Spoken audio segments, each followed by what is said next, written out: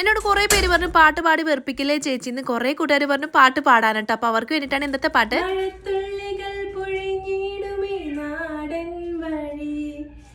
നനഞ്ഞോടിയ കുടക്കീഴിൽ നീ വന്ന കാറ്റാലെ